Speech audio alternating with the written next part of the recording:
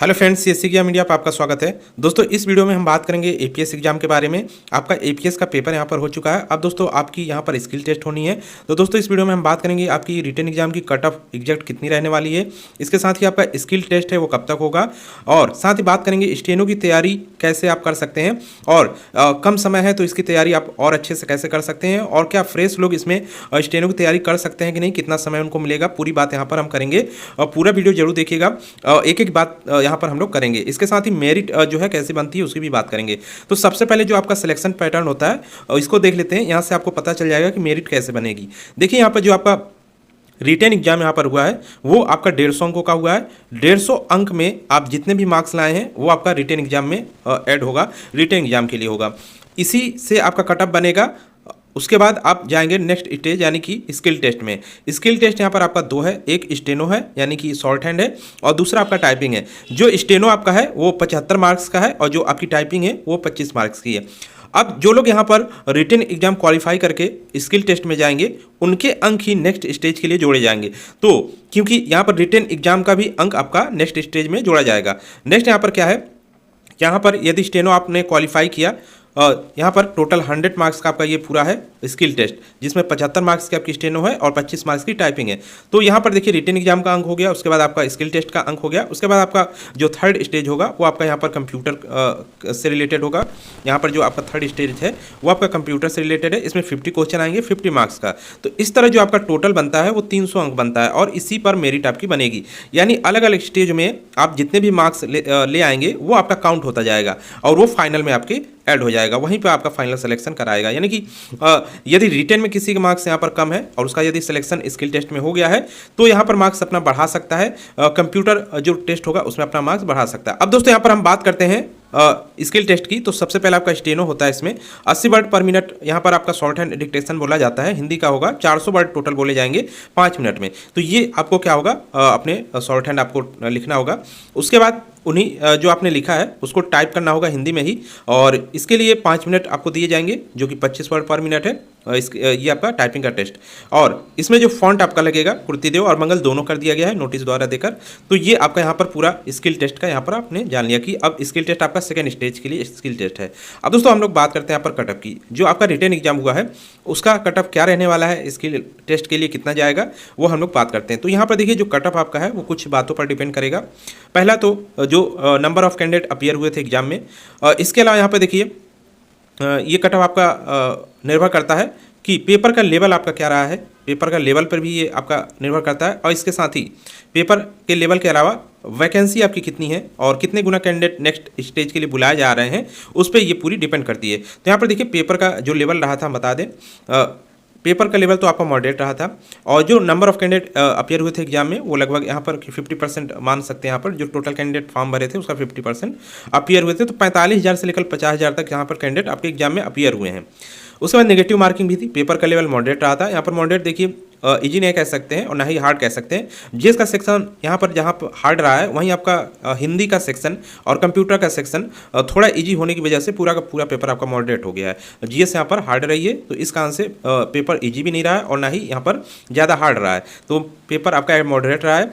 अब देखिए यहाँ पर टोटल जो कैंडिडेट बुलाए जाएंगे नेक्स्ट स्टेज के लिए, अब जितनी वैकेंसी होगी उसका 15 गुना बुलाया जाएगा। तो यहाँ पर वैकेंसी मैटर कर रही है, क्योंकि वैकेंसी बहुत कम है। यहाँ पर 328 लगभग पोस्टें यहाँ पर हैं आपकी।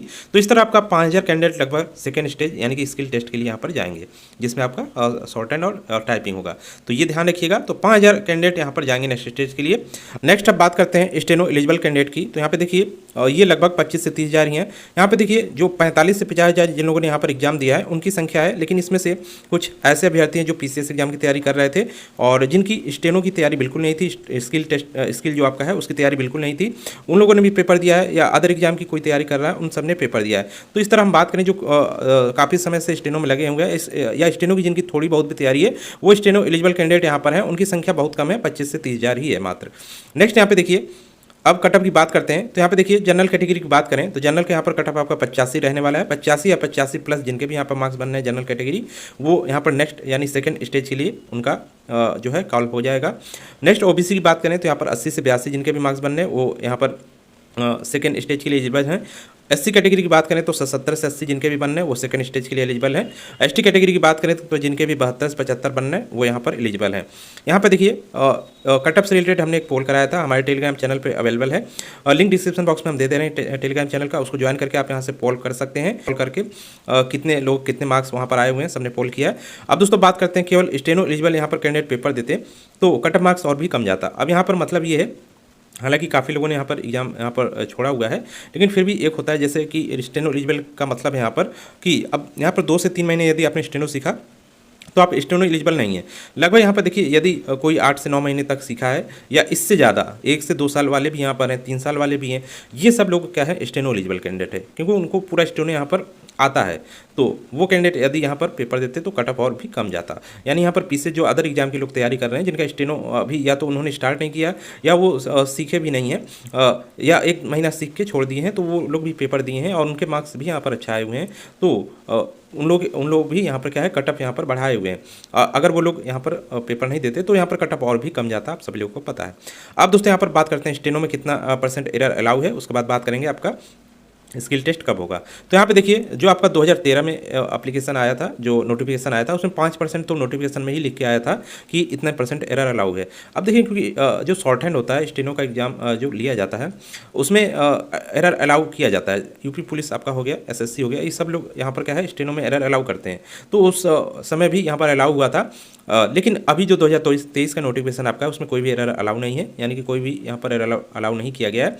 हालांकि जब स्किल टेस्ट के लिए नोटिस आएगी, क्योंकि इसके लिए अब स्टूडेंट का सिलेक्शन होगा, उसके बाद नोटिस आएगी कब होगा, तो उसमें हो सकता है आपका एरर से रिलेटेड कोई चीज़ वहाँ पर लिख दी जाए, नोटिस दी जाए कि एरर अलाउ है या नहीं है, या है तो कितने % है। ये सब आपका अब सेकेंड स्टेज के लिए जो नोटिस आएगी उसी में आपको पता चलेगा।